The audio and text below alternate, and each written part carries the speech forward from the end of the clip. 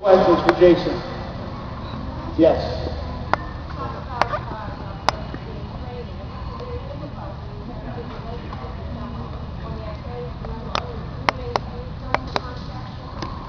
Question about, it must be difficult when you build a relationship with a player and maybe trade, friends get traded, and talk a little bit about how that's, part of the business of the game, and you still maintain contact with teammates that may get traded and you had relationships with before. Absolutely. I'm not always the most talkative, communicative person in the world, and Paul can attest to that. But it does happen. It's something we have to deal with on the business side of playing every day, is that you're probably not going to play with the same faces for 10 years. I've been here 11 years, and the only other one I can recognize from the same time period is Wake and Pesky, and I didn't even play with Pesky. I don't know who's older, Wake or Pesky, but one is. Don't tell Wake I said that, please. I will. But it's part of what we have to deal with. And it can either be a disruption on the timing of it, or it can be a help to your team at that time. But you take example like a Kapler, when him coming back this year, playing in Milwaukee, he's leading the league he's leading everybody in home runs the first month. He's got like 5 or 6. Well, he probably got a call from the majority of his teammates because he's a very respected teammate and been very well missed. So when he hits a home run for another team, everybody's very happy and wants to reach out. But guys, our circle's big, and a lot of teams, a lot of players, but it's also real small too. Couple more. Try to get you all the way in the back, the young lady in the back, yeah.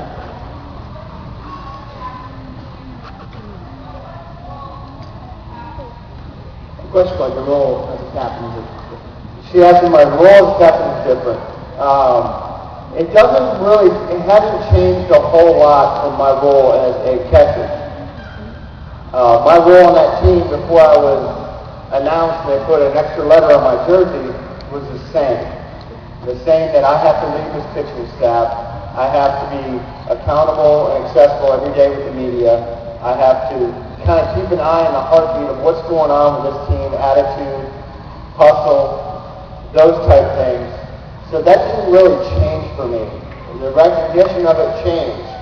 And part of that change is I've developed as a player kind of all happened at the same time is I had to learn to communicate more. Because I have a tendency to just lead by example. But as we build championships here, the communication in our locker room has been a huge part of our success. So my role doesn't really change. It stayed the same, but I've had to adjust to different pieces. But luckily, it's fit who I am. Couple more. Any over here? Yeah, right here. Sit down.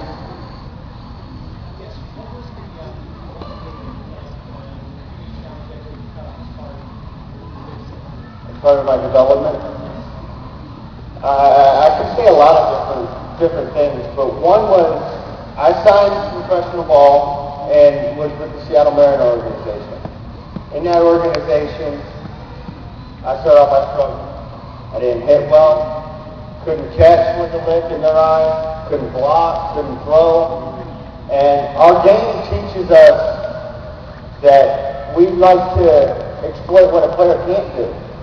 Tell them what they can't do. You can't catch. You can't throw.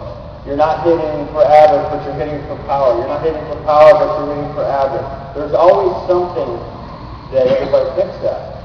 My biggest thing was catching. I really struggled. Balls would go by me. I didn't know what a sinker was when I got into pro ball. All of a sudden, I'm catching Derek Lowe in Double A, and my glove's here, and the ball goes.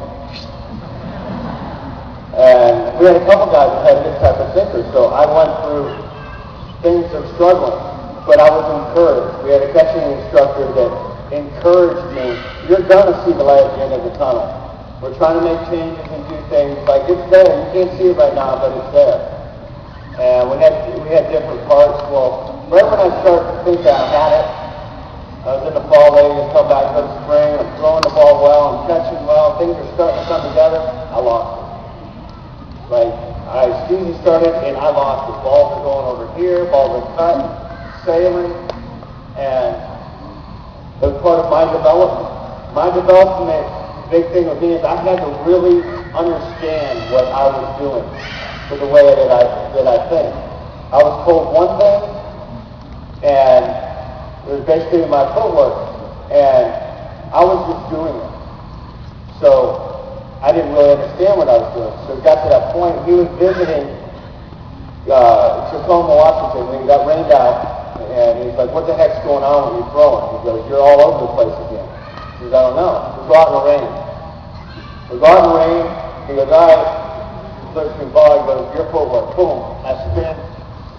Ball takes off. He goes, "All right," because he goes, "Gain some ground." I'm like, "All right." I step too far. Boom. Ball takes off. Finally got to the point I got mad. You know, we're just going on for like 20 minutes in the rain. I just got, he goes, "That's it." And I said, "Oh, really? What happened?" I go, "I don't know. I got so mad. I just threw the heck out of the ball." And what happened was I got mad and I did it with one hand. And I loosened up my feet.